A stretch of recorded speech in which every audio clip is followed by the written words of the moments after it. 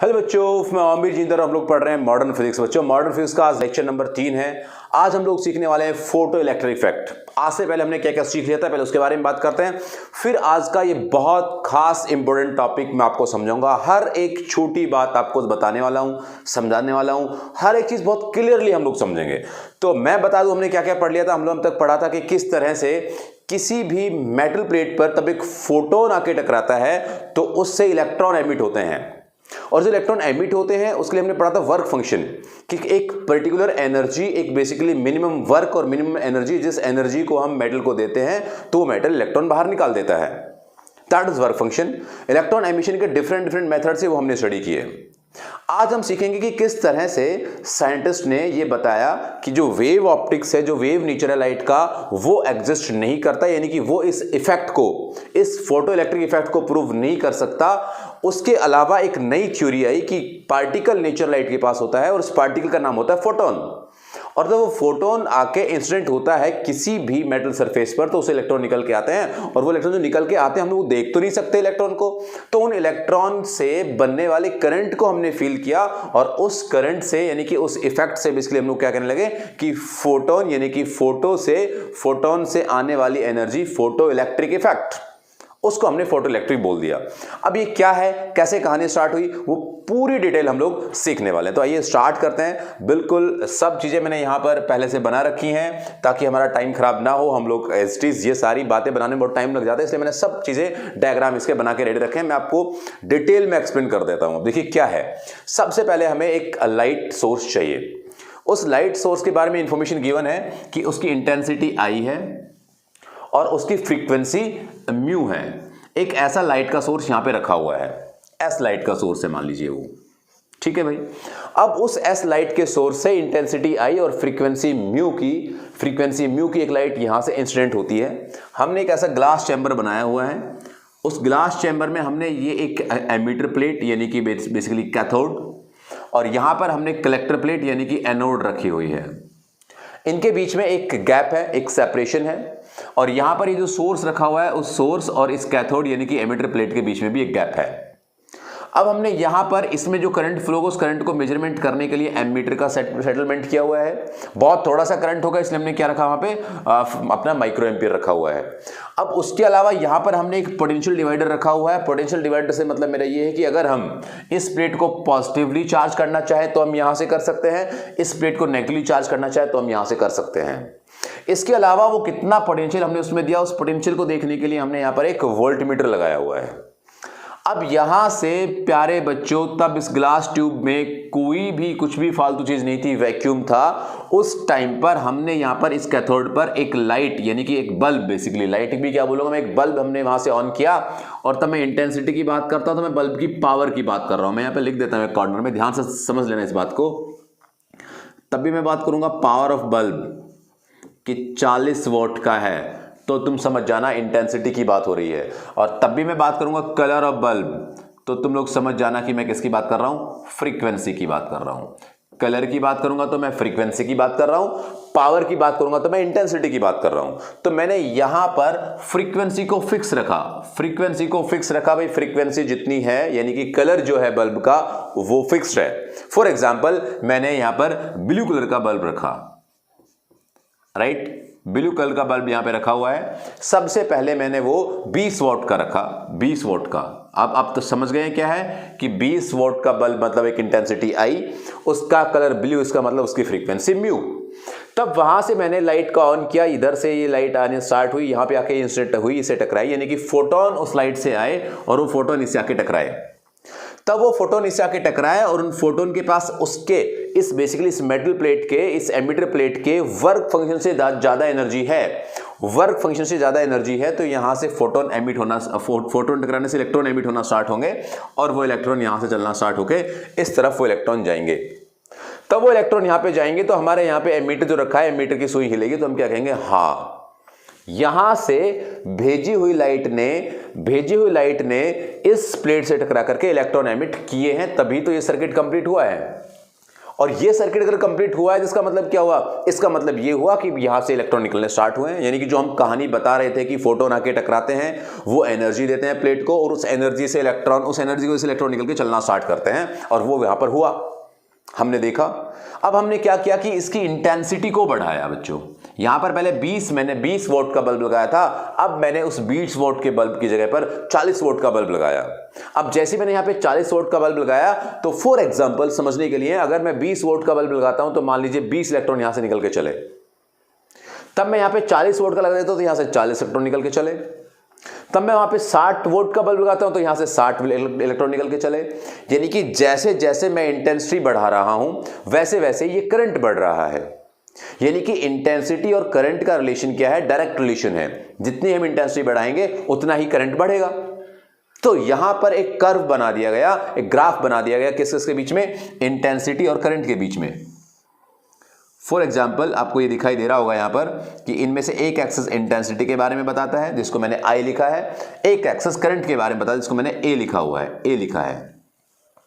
Alright, यहां से जितनी इंटेंसिटी बढ़ाओगे उतना करंट बढ़ेगा, जितनी इंटेंसिटी बढ़ाओगे उतना करंट बढ़ेगा। एक स्ट्रेट लाइन ग्राफ आ गया। That is the intensity for current graph.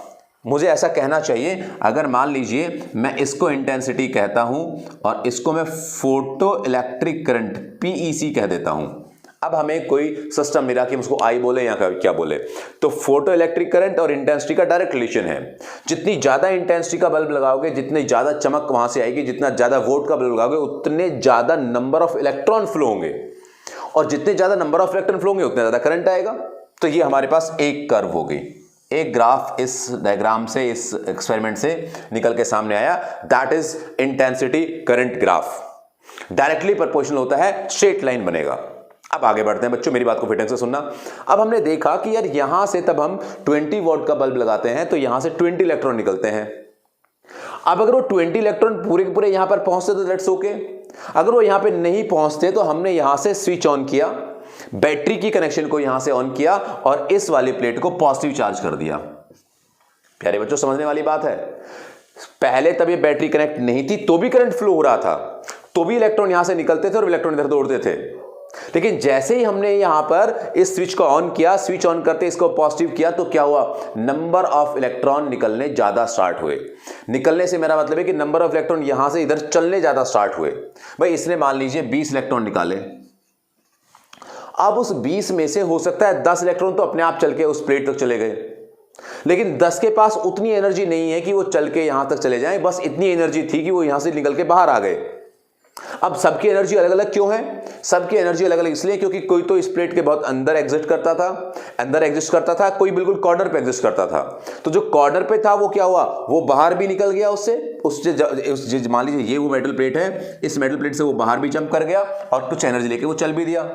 जो बहुत अंदर था वो क्या हुआ, वो बाहर निकलने में काफी खर्चा आया, तो जस्ट वो बाहर निकल के ही गिर गया।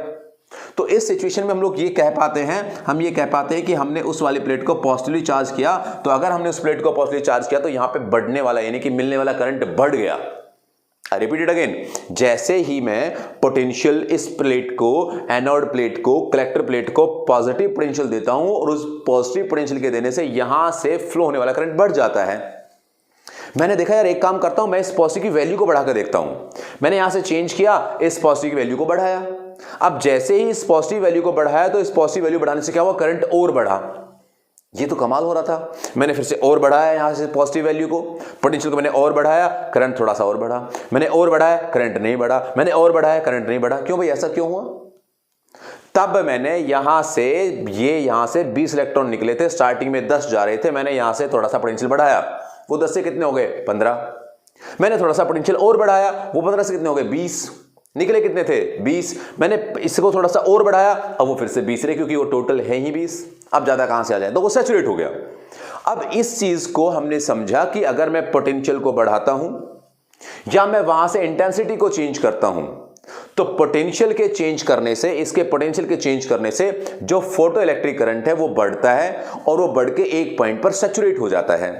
जैसे इस ग्राफ में हम लोग समझने की कोशिश करते हैं। मान लीजिए मैंने इंटेंसिटी I1 का बल्ब लिया, उस इंटेंसिटी I1 का, देखो मैंने यहां पे कलर फिक्स रखा है, कलर को ब्लू रखा है, यहां पे कलर के साथ कोई छेड़छाड़ नहीं है। मैं बताऊंगा कलर के साथ कब छेड़छाड़ करनी है और उसका क्या इंपैक्ट आता है। तो ब्लू कलर के बल्ब रखा है, यहां से हमने एक इंटेंसिटी I1 का बल्ब लगाया, तो हमें पता था भाई पहले ये एक्सिस फोटो इलेक्ट्रिक करंट को रिप्रेजेंट करता है और ये पोटेंशियल को रिप्रेजेंट करता है। एक्स एक्सिस पर पोटेंशियल है और वाई पर क्या है, फोटो इलेक्ट्रिक करंट है। तो बच्चों जैसे ही यहां से इंटेंसिटी 1 हमने लिया तो इंटेंसिटी 1 पे कुछ तो करंट रहा होगा, क्योंकि तब मैंने इसको ऑफ रखा था तो भी तो इलेक्ट्रॉन निकल के जा रहे थे वो 10, तो कुछ करंट था। फिर जैसे मैंने पोटेंशियल को बढ़ाना स्टार्ट किया वैसे करंट बढ़ा, पोटेंशियल को बढ़ाया करंट बढ़ा, पोटेंशियल को बढ़ाया करंट इतना, पोटेंशियल बढ़ाया सेम, पोटेंशियल बढ़ाया सेम। समझ गए तुम लोग कि जैसे ही इनिशियली जो करंट था पोटेंशियल बढ़ाने से वो करंट पहले बढ़ा और फिर बढ़ते बढ़ते बढ़ते क्या हुआ, वो सैचुरेट हो गया और सैचुरेट होते ही वो सेम रहा। अच्छा, अब अगली बार क्या किया हमने देखा कि भाई अब एक काम करते हैं, इस जो इंटेंसिटी की जो पावर का बल्ब है इस पावर को बढ़ा देते हैं, यानी कि इंटेंसिटी बढ़ा देते हैं। अब इंटेंसिटी बढ़ा के कितनी कर दी उन्होंने, इंटेंसिटी I2 कर दी।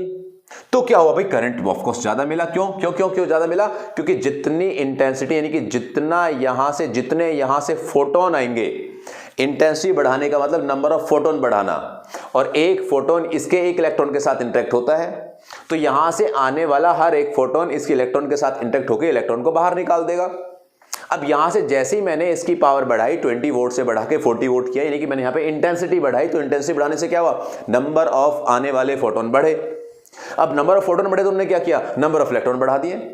अब यहां से जैसे ही मैं इंटेंसिटी बढ़ाता हूं तो ये इलेक्ट्रॉन बढ़े, यानी कि अपना करंट बढ़ा। फिर से मैं इस इंटेंसिटी को बढ़ा करके पोटेंशियल को बढ़ाता हूं, इंटेंसिटी को 40 कर दिया, फिर भी मैंने पोटेंशियल बढ़ाया, तो फिर से इस वाले कंडीशन में भी करंट इंक्रीज हुआ, बट एक ऐसा पॉइंट है कि ये भी सैचुरेट। मेरी बात बच्चों समझ पा रहे हो आप लोग? अगर आप मेरी बात समझ पा रहे हो तो प्लीज लिख दें, कमेंट बॉक्स में जाकर लिख दें कि हाँ सर समझ आ रहा है, मुझे पता तो लगेगा कि हाँ आप लोग मेरी बात को समझ पाते हैं। अगला पॉइंट यह है कि भाई मान लीजिए हमने इंटेंसिटी 3 का बल्ब लिया, बल्ब की पावर स्टार्टिंग में ही हमने 60 ली, अब 60 ली तो ये करंट हमें मिला। अब धीरे धीरे पोटेंशियल को बढ़ाना स्टार्ट किया, तो पोटेंशियल को बढ़ाया तो ऐसे करंट बढ़ा बढ़ा बढ़ा बढ़ा फिर सैचुरेट हो गया। अब आप समझ गए होंगे कि इंटेंसिटी बढ़ा देने से करंट एक बारी बढ़ता है, पोटेंशियल को बढ़ा देने से, पोटेंशियल के बढ़ाने से करंट इंक्रीज होता है, लेकिन एक ऐसा पोटेंशियल आता है कि उस पोटेंशियल के बाद करंट सैचुरेट हो जाता है, करंट सैचुरेट हो जाता है। इसको पॉजिटिव रखने का मैंने रिजल्ट आपको एक्सप्लेन किया। बच्चों अब क्या किया हमने, अब हमने ऐसा किया कि ये सोचते हम लोग कि इसको पॉजिटिव नहीं रखते हैं, इस पोटेंशियल डिवाइडर डिवाइस से हम इसको नेगेटिव पोटेंशियल दे देते हैं। प्यारे बच्चों मेरी बात को ढंग से समझते रहना। मैं क्या कर रहा हूं, अब पहले मैंने कोई पोटेंशियल नहीं दिया तो करंट मिला, फिर मैंने पॉजिटिव पोटेंशियल लिया तो करंट बढ़ा, फिर मैं पॉजिटिव पोटेंशियल बढ़ाते गया तो करंट सैचुरेट हो गया। अब मैं नेगेटिव पोटेंशियल इसको दे रहा हूं, हाँ बिल्कुल दे रहे। नेगेटिव पोटेंशियल देने से क्या होगा, नेगेटिव पोटेंशियल देने से ये जो इलेक्ट्रॉन इधर से आ रहे थे उनको धक्का लगेगा, वापस वापस वापस वापस भागो भाई। क्यों भागो, वापस इसलिए भागो कि सामने नेगेटिव बैठा, ये भी तो नेगेटिव है, इलेक्ट्रॉन भी तो ये ऐसे आगे जाने से अपने आप को रोकेंगे। अब ये आगे जाने से तब अपने आप को रोकेंगे तो उस रुकावट को ध्यान देना, उस रुकावट को ये फील करके उधर जाना कम हो जाएंगे, पहले कम हो जाएंगे तो क्या होगा, यहां पे फ्लो होने वाला करंट भी कम हो जाएगा। यानी कि जैसे जैसे मैं इस 0 पॉइंट से इधर इंक्रीजिंग ऑर्डर की बजाय डिक्रीजिंग ऑर्डर यानी कि रिटार्डिंग पोटेंशियल की तरफ जाता हूं, तो पोटेंशियल नेगेटिव में हो जाने से करंट कम, पोटेंशियल और नेगेटिव होने से करंट कम। और ऐसे ही अगर मैं भाई साहब यहां से नेगेटिव वैल्यू को बढ़ाता गया तो एक ऐसा टाइम आएगा तब इधर से निकलने वाले इलेक्ट्रॉन निकलेंगे ही नहीं, निकलेंगे तो इधर चलेंगे नहीं, क्योंकि पॉजिटिव नेगेटिव को रिपेल करके बिल्कुल यहीं पे इकट्ठा कर लेगा, उधर जाने ही नहीं देगा। उधर नहीं जाने देगा तो क्या होगा, यहां का फ्लो होने वाला करंट क्या हो जाएगा, स्टॉप। यानी कि एक ऐसा पोटेंशियल जिस पोटेंशियल पर फ्लो होने वाला फोटो इलेक्ट्रिक करंट स्टॉप हो जाए, उसको क्या नाम देते हैं, स्टॉपिंग पोटेंशियल। बच्चों क्या नाम देते हैं उसको हम लोग, उसको नाम देते हैं स्टॉपिंग पोटेंशियल। तो स्टॉपिंग पोटेंशियल की डेफिनेशन क्या आई, स्टॉपिंग पोटेंशियल की डेफिनेशन आई कि एक ऐसा पोटेंशियल जिस पर करंट स्टॉप हो जाए। कमाल की बात है भाई, हमने इंटेंसिटी I1 के लिए यही काम किया और यहां पे आके वो स्टॉप हो गए। यानी कि यहां पे आके करंट क्या हो गया, करंट घटते देखो 0 हो गया। चलिए मामूली सी बात थी, हमने इसको कर ली, कोई दिक्कत नहीं। अब हमने क्या देखा, अब हमने इस नेगेटिव को ही रखा और इंटेंसिटी I2 का एग्जांपल लिया। इंटेंसिटी I2 का एग्जांपल लिया तो हमने देखा भाई I2 इंटेंसिटी में नंबर ऑफ फोटोन ज्यादा है, नंबर ऑफ फोटोन ज्यादा है तो एक फोटोन एक इलेक्ट्रॉन के साथ इंटरेक्ट होता है तो यहां पे फ्लो होने वाले नंबर इलेक्ट्रॉन भी ज्यादा होंगे। हमने किया कि भाई यहां पे नेगेटिव होने पोटेंशियल स्टार्ट किया, उस पोटेंशियल को धीरे धीरे धीरे धीरे हमने बढ़ाना स्टार्ट किया नेगेटिव वैल्यू में।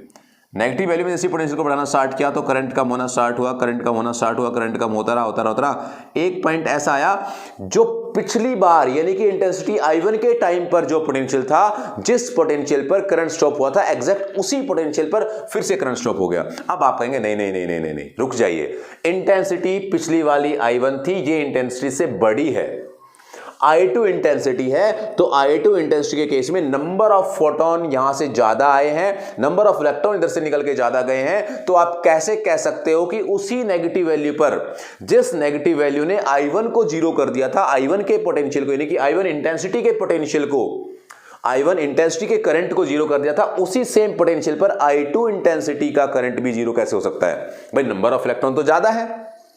तो आंसर है हां, बिल्कुल आप सही सोच रहे हैं। लेकिन तब भी इधर से नेगेटिव पोटेंशियल प्रोवाइड किया जाएगा तो वो नेगेटिव पोटेंशियल इलेक्ट्रॉन को धक्का मार के रोक देता है, चाहे वो उधर से 1 आ रहा हो, 10 आ रहे हो, 10,000 आ रहे हो, क्योंकि जो इलेक्ट्रॉन उधर से आ रहा है उसकी एनर्जी तो फिक्स है, उसकी एनर्जी ना थोड़ी ना बदल गई है। भाई इधर पे एक नेगेटिव चार्ज रखा हुआ है, उधर से बहुत सारे नेगेटिव चार्ज आ रहे हैं, तो एक उस नेगेटिव चार्ज को इस नेगेटिव चार्ज से मतलब है, दूसरे नेगेटिव चार्ज को इससे मतलब है, बाकी से कोई मतलब नहीं है। यानी कि चार्ज पर लगने वाले फोर्स क्या होते हैं? Independent to each other charge. दूसरे चार्ज से लगने वाले फोर्स के वो इंडिपेंडेंट होता है। जैसे मान लीजिए मैं आपसे 2,000 रुपए मांगता हूं, अब कोई आपका दोस्त आपसे 5,000 रुपए मांगता है, तो वो मांगता रहे, मैं अपने दोस्त थोड़ी ना छोड़ सकता हूं। तो वहां से जो 50 इलेक्ट्रॉन आ रहे थे, एक इलेक्ट्रॉन ने देखा कि ये नेगेटिव है, मुझे इससे देख के रुकना है, दूसरे ने सोचा हाँ ये नेगेटिव है, मुझे इसको देख के रुकना है। तो चाहे 1 आ रहे हो 50 आ रहे हो, एनर्जी रुकने की अगर उसके पास 5 फोर्स है तो यहां से 5 हम लगाएंगे तो वो 10 के 10 रुक जाएंगे। नहीं समझ आया? फिर से देखते हैं। भाई मान लीजिए आपकी क्लास बैठी हुई है, पूरी क्लासरूम, आपके जो डीपी है, पीटीआई है, वो पीटीआई वहां पर आए, तुम्हें मालूम है कि तुम 40 बच्चे हो, तो तुम 40 के 40 अगर झगड़ा करना चाहो तो पीटीआई से झगड़ा करके उनको हरा सकते हो, बट तुम सब डरे हुए हो। क्यों? क्योंकि उस अकेले पीटीआई से तुम 40 के 40 बच्चे डरे हुए हो, और अगर तुम 40 के बजाय 400 हो जाओ, पूरा स्कूल हो जाए, तो वो स्कूल भी डरेगा, 400 भी डरेंगे, पीटीआई अकेला 1। अगर वो 4,000 बच्चे भी हो जाएं तो पीटीआई अकेला 1, उससे भी डरेंगे। वजह क्या है? क्योंकि इंडिविजुअल का कनेक्शन है, इंडिविजुअल का कनेक्शन है, तो उन सभी बच्चों के लिए वो एक ही पीटीआई काफी है। ऐसा यहां पर है, यहां पर नेगेटिव पोटेंशियल डेवलप हुआ तो इधर से चाहे कितने इलेक्ट्रॉन है, सबको क्या दिखाई दे रहा है? उधर नेगेटिव हम नहीं जाएंगे, अरे उधर नेगेटिव हम नहीं जाएंगे, उधर नेगेटिव हम लोग नहीं जाएंगे। तो इसका मतलब यह हुआ कि इंटेंसिटी I1, I2, I3 कैसी भी रहे, उस इंटेंसिटी से जो भी इलेक्ट्रॉन निकले, उन निकलने वाले इलेक्ट्रॉन की मैक्सिमम एनर्जी सेम है। मैक्सिमम एनर्जी जो है वो केवल इसी पोटेंशियल से, इसी नेगेटिव या इसी स्टॉपिंग पोटेंशियल से रुक जाती है, that is V not is stopping potential.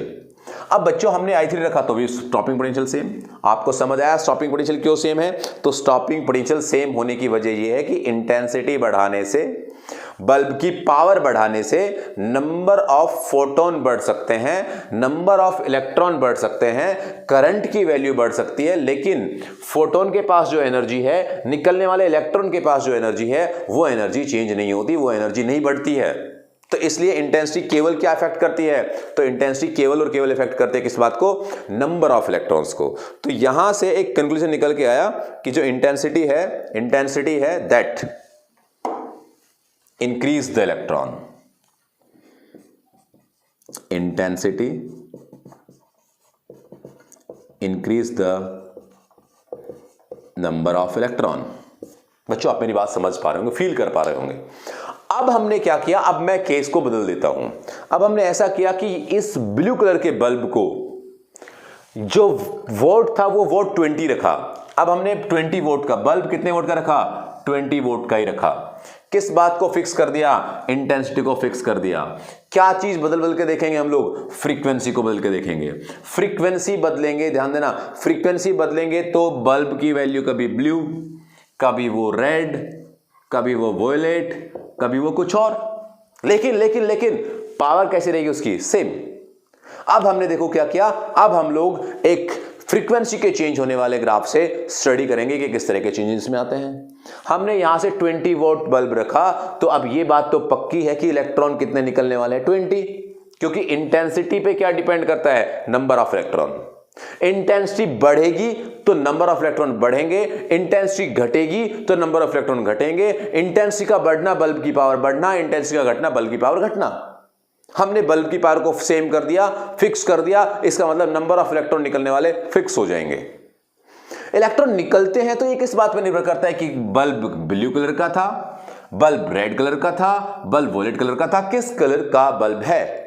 अगर आप यहां से फ्रीक्वेंसी को इंक्रीज करते हैं तो फ्रीक्वेंसी के इंक्रीज करने से इस प्लेट से निकलने वाले इलेक्ट्रॉन की एनर्जी चेंज होती है। अगर आप फ्रीक्वेंसी बढ़ाएंगे तो फ्रीक्वेंसी बढ़ाने से एनर्जी बढ़ेगी, और ये आपने केमिस्ट्री में सीखा था कि एनर्जी होती है अकॉर्डिंग टू प्लैंक थ्योरी, ये फ्रीक्वेंसी के डायरेक्टली प्रोपोर्शनल होती है, कि अगर आप फ्रीक्वेंसी बढ़ाएंगे तो आपकी एनर्जी बढ़ेगी। अब यहां से आपने ब्लू कलर का बल्ब रखा तो यहां से निकलने वाले जो इलेक्ट्रॉन थे उनकी संख्या, उनका नंबर सेम रहा, लेकिन उनके पास जो एनर्जी थी वो एनर्जी इंक्रीज हो गई। आपने फ्रीक्वेंसी को और बढ़ाया, वोलेट कर दिया फॉर एग्जांपल, आपने फ्रीक्वेंसी को बढ़ाया तो फ्रीक्वेंसी के बढ़ाने से नंबर सेम रहेगा, लेकिन निकलने वाले इलेक्ट्रॉन की एनर्जी क्या हो जाएगी, फिर बढ़ जाएगी। क्या आप एक अकेला यहां पर पोटेंशियल, स्टॉपिंग पोटेंशियल क्या सेम रहेगा? नहीं, पहले जो कलर था उसके लिए एक डिफरेंट एनर्जी का इलेक्ट्रॉन सामने से आया तो उसने उधर से 5 वाले फोर्स किया, इधर से 5 लगाया, रोक लिया उनको। जैसी फ्रीक्वेंसी को बढ़ाया गया, फ्रीक्वेंसी बढ़ाने से क्या, उधर से जो इलेक्ट्रॉन आ रहे थे उनकी एनर्जी बढ़ी, 7 हो गई, तो क्या 5 वाला रोक पाएगा उनको? अब नहीं, किधर इतना चाहिए, 7 वाला ही चाहिए। ऐसा ही फिर से नेगेटिव किया तो फिर से क्या, फिर से 7 वाला ही चाहिए।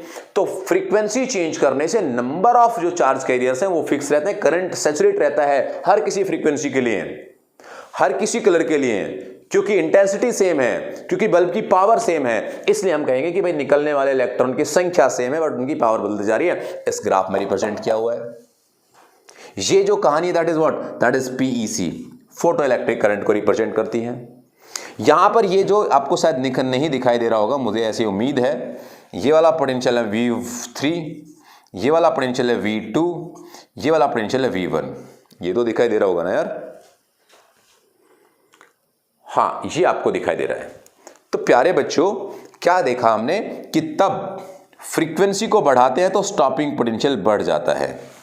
क्यों बढ़ जाता है स्टॉपिंग पोटेंशियल, मैंने अभी तक एक्सप्लेन किया। और स्टॉपिंग पोटेंशियल बढ़ जाता है तो क्या चेंज हो रहा है, कलर चेंज हो रहा है, इंटेंसिटी चेंज हो रही है क्या, नहीं। तो देखो ये सैचुरेशन पॉइंट सबका क्या है, सेम। तो करंट चेंज नहीं हुआ, केवल कौन चेंज हुआ, स्टॉपिंग पोटेंशियल चेंज हुआ। क्या चीज बदलने से, फ्रीक्वेंसी बदलने से। इसका मतलब इस फोटो इलेक्ट्रिक इफेक्ट का क्या रिजल्ट निकला, रिजल्ट ये निकला कि वेव ऑप्टिक्स वालों ने वेव ऑप्टिक्स में बोला था कि एनर्जी इंटेंसिटी से रिलेटेड है, लेकिन इस एक्सपेरिमेंट में सामने आ गया कि भाई एनर्जी इंटेंसिटी से रिलेटेड नहीं है, एनर्जी तो केवल, इंटेंसिटी तो केवल नंबर ऑफ इलेक्ट्रॉन इंक्रीज कर सकती है। एनर्जी तो किस बात पर डिपेंड करती है, energy depends on frequency, energy depends on frequency. भैया एनर्जी तो फ्रीक्वेंसी पर डिपेंड करती है, तब की बोला क्या गया वेव में कि इंटेंसिटी पर डिपेंड करती है। यानी कि wave optics fail to explain the photo electric effect. Photo electric effect को यूज करके हम लोग इस एक्सपेरिमेंट को एक्सप्लेन नहीं कर सकते। अगर हम इसको एक्सप्लेन नहीं कर सकते तो क्या हुआ, वेव थ्योरी का फेलियर है। उन्होंने बुलाया वेव थ्योरी वालों को, आ जाओ भाई देखो तुम यहाँ पे क्या आपकी इंटेंसिटी तुम बदल के देखो, यहां से इलेक्ट्रॉन निकलते ही नहीं। मैं रिपीट करता हूं, मान लीजिए हमने एक रेड कलर का बल्ब लिया, रेड का, और रेड एक ऐसी फ्रीक्वेंसी मान लीजिए वो उसकी फ्रीक्वेंसी पर इलेक्ट्रॉन यहां से एमिट नहीं होते। अब यहां से इलेक्ट्रॉन एमिट नहीं होते, रेड कलर का बल्ब हमने जलाया 20 वोल्ट का, वेव ऑप्टिक्स वाले वहीं पे खड़े थे, हमने उसे कहा देखो भाई तुम्हारा बल्ब रेड 20 वोल्ट का जला रखा हमने रेड का। हाँ उन्होंने कहा बिल्कुल सही बात है, इलेक्ट्रॉन नहीं निकल रहे। वो बोले कोई बात नहीं, 20 से 40 कर दो, हमारी इंटेंसिटी बढ़ाओ, देखो निकलेंगे इलेक्ट्रॉन। हमने 40 वोल्ट किया, इलेक्ट्रॉन नहीं निकले। 80 वॉट किया, इलेक्ट्रॉन नहीं निकले। हमने 80 की बजाय 8000 कर दिया, तब भी नहीं निकले, क्योंकि इंटेंसिटी पे एनर्जी डिपेंड करती ही नहीं। यहां से निकलने इलेक्ट्रॉन को निकालने के लिए उस फोटोन की बस ताकत ही नहीं है। वो फोटोन जो वहां से आ रहा है वो इससे आके टकराता है, इलेक्ट्रॉन को वर्क फंक्शन से ज्यादा एनर्जी नहीं मिलती, वर्क फंक्शन से ज्यादा एनर्जी नहीं मिलती तो वो बाहर नहीं निकलता। किस चीज पे डिपेंड कर रहा है, अगर मान लीजिए आप 1 वोल्ट का बल्ब भी रखो, लेकिन उसकी फ्रीक्वेंसी ऐसी होनी चाहिए जिस फ्रीक्वेंसी पर यहां से उसके फोटोन के पास इतनी ताकत होनी चाहिए जिस फोटोन से यहां से इलेक्ट्रॉन निकल जाए, तो इलेक्ट्रॉन निकलेगा ही। क्या मेरी बात आप समझ पा रहे हैं? मेरी बात आपको अब समझ आना स्टार्ट होगी कि इलेक्ट्रॉन का निकलना कलर पे डिपेंड कर रहा है, मतलब फ्रीक्वेंसी पे डिपेंड करता है, इंटेंसिटी पे केवल ये चीज डिपेंड करती है कि कितने निकलने हैं। तो वो कहानी मैंने यहां पे लिख दी है। बच्चों मैं रिपीट करता हूं कि यहां पर इस तरह की चीज मैं आपको समझाने की कोशिश कर रहा हूं कि जो अपने पास ये स्टॉपिंग पोटेंशियल है वो क्या होता है, ये इंटेंसिटी के चेंज करने से क्या चेंज होते हैं, फ्रीक्वेंसी के चेंज करने से क्या चेंज होते हैं। स्टॉपिंग पोटेंशियल इंटेंसिटी पे डिपेंड करता है कि फ्रीक्वेंसी पे डिपेंड करता है? तो आंसर वो फ्रीक्वेंसी पे डिपेंड करता है। जैसे मैं आपसे बात करूं कि मान लीजिए मैंने एक बल्ब की पावर बढ़ा दी, बताइए स्टॉपिंग पोटेंशियल बढ़ेगा कि घटेगा? तो आंसर आप चाहे कुछ कर लीजिए, पावर के बढ़ाने से इंटेंसिटी यानी कि बेसिकली स्टॉपिंग पोटेंशियल पे कोई असर नहीं आने वाला, क्योंकि स्टॉपिंग पोटेंशियल डिपेंड करता है केवल और केवल और केवल किस पर? फ्रीक्वेंसी पर, एनर्जी पर। तो दैट इज द रिलेशन। ये एक रिलेशन यहां पे एग्जिस्ट करता है, ये एक सेटअप हुआ है रिएक्शन का, बेसिकली इक्वेशन का। क्या कि kinetic energy of maximum velocity वाला पार्टिकल जो यहां से निकला, उसकी जो maximum kinetic energy that is equal to EV naught. भाई उतना ही यहां से जो सबसे तगड़े वाला, यहां से निकलने वाला जो इलेक्ट्रॉन सबसे तगड़े वाला, सबसे ताकतवर था, उसको रोकने के लिए जो इधर से हमने इलेक्ट्रॉन वोल्ट यानी कि पोटेंशियल का सेटअप किया, वो ये होता है। अब इसकी वेलोसिटी, इसकी एनर्जी किस पर डिपेंड करती है? एनर्जी डिपेंड करती है फ्रीक्वेंसी पर। और इस बात से ही चिढ़ मच रही थी वेव वालों को, क्योंकि वो इस चीज को छोड़ने के लिए रेडी नहीं, क्योंकि उन्होंने वेव से क्या एक्सप्लेन किया था? डिफ्रैक्शन पैटर्न एक्सप्लेन किया, इंटरफेरेंस की बात की, ब्राइट डार्क फ्रिंज के बारे में बातें की, पोलराइजेशन की बातें की, तो वो सब वेव ऑप्टिक्स से एक्सप्लेन हो रहा था। और ये क्या था? ये एक पार्टिकल नेचर की बातें थी। Photo electric effect wave optics नहीं प्रूव कर पा रहा था, फेल हो रहा था उसको प्रूव करने में। उसके फेलियर की काफी वजह थी, काफी कहानी है, मैं आपको आगे भी समझाऊंगा, बट यहां पे आपको समझ आ गया कि मेन तो इंटेंसिटी का इश्यू आया कि इंटेंसिटी पर एनर्जी डिपेंड नहीं करती, एनर्जी डिपेंड तो फ्रीक्वेंसी पर करती है। और ये पूरी की पूरी कहानी तुम्हारे सामने है। अगर आपको यहां से कोई इश्यू है, कोई दिक्कत है, कोई दुविधा है, असमंजस, असुविधा है, तो आप मुझे बता सकते हैं कि भाई इसमें किस तरह की कहानी हुई। ये पूरे का पूरा सिस्टम मैंने यहां पे लिखा हुआ है, बताया हुआ है। अब इसके बाद तब आगे बढ़ते हैं तो एक टॉपिक आता है नया, थ्रेशोल्ड फ्रीक्वेंसी। थ्रेशोल्ड फ्रीक्वेंसी बच्चे, थ्रेशोल्ड फ्रीक्वेंसी क्या है? ये एक वो फ्रीक्वेंसी है जिस मिनिमम फ्रीक्वेंसी पर इस एनोड से, इस बेसिकली कैथोड से इलेक्ट्रॉन निकलना स्टार्ट हो जाते हैं। What is threshold frequency? Threshold frequency is that minimum frequency on which the electrons are emit from that cathode tube, that cathode plate, that emitter plate। जिस minimum frequency पर यहां से electron निकलने start हो जाते हैं उसको हम थ्रेशोल्ड फ्रीक्वेंसी कहते हैं। और वो जो थ्रेशोल्ड फ्रीक्वेंसी है that is represented what? That is mu naught. What is mu naught बच्चों? That is threshold frequency. Threshold frequency वो मिनिमम फ्रीक्वेंसी जिस पर इलेक्ट्रॉन का एमिट होना स्टार्ट हो, तो उसको हम लोग थ्रेशोल्ड फ्रीक्वेंसी कह देते हैं। क्या आपको यहां तक की बातें क्लियर हैं? फोटो इलेक्ट्रिक इफेक्ट में जो मैंने बातें बताई वो आपको समझ आई हैं। इंटेंसिटी पर क्या डिपेंड करता है, फ्रीक्वेंसी पे क्या डिपेंड करता है, फ्रीक्वेंसी कलर से चेंज होती है, इंटेंसिटी वोल्ट से चेंज होती है, किस किस तरह के उनके बीच के रिलेशन से, कैसे कैसे चेंज करने से क्या क्या होता है, क्या ग्राफ बनते हैं इस फोटो इलेक्ट्रिक करंट और पोटेंशियल के बीच, फोटो इलेक्ट्रिक करंट पोटेंशियल के बीच in case of change in potential, in case of change in frequency, that is potential graph. लिख देते हैं इधर, and that is frequency graph. Intensity यहां पे चेंज की, यहां पे फ्रीक्वेंसी हमने चेंज की, तो इस सब के चेंज होने से सब कुछ हुआ। बच्चों अगले लेक्चर में मैं आपको बताऊंगा कि कैसे इसके क्वेश्चन बन सकते हैं। जो ये वेव ऑप्टिक्स का फेलियर था, उस फेलियर के बारे में क्या कहानी स्टार्ट हुई, किस तरह से हम लोग उस फेलियर को एक्सप्लेन करके ड्यूअल नेचर का फॉर्म देंगे, कौन कौन साइंटिस्ट इस पूरे पार्ट में इन्वॉल्व हुआ, जितनी भी चीजें इससे रिलेटेड है सारी की सारी A to Z मैं तुम्हारे सामने रखने वाला हूं, तुम्हें बताने वाला हूं, समझाने वाला हूं। लेकिन प्लीज आप लोग जो मैं बातें बता रहा हूं उसको बड़े ढंग से अपने नोटबुक में लिखते रहिएगा, समझते रहिएगा, क्योंकि तब मैं क्वेश्चंस कराऊंगा तो आप 101% पक्की बात है क्वेश्चन कर ही पाएंगे। तो नेक्स्ट लेक्चर में फिर आपसे मुलाकात होगी, तब तक के लिए खुश रहिएगा। Thank you very much.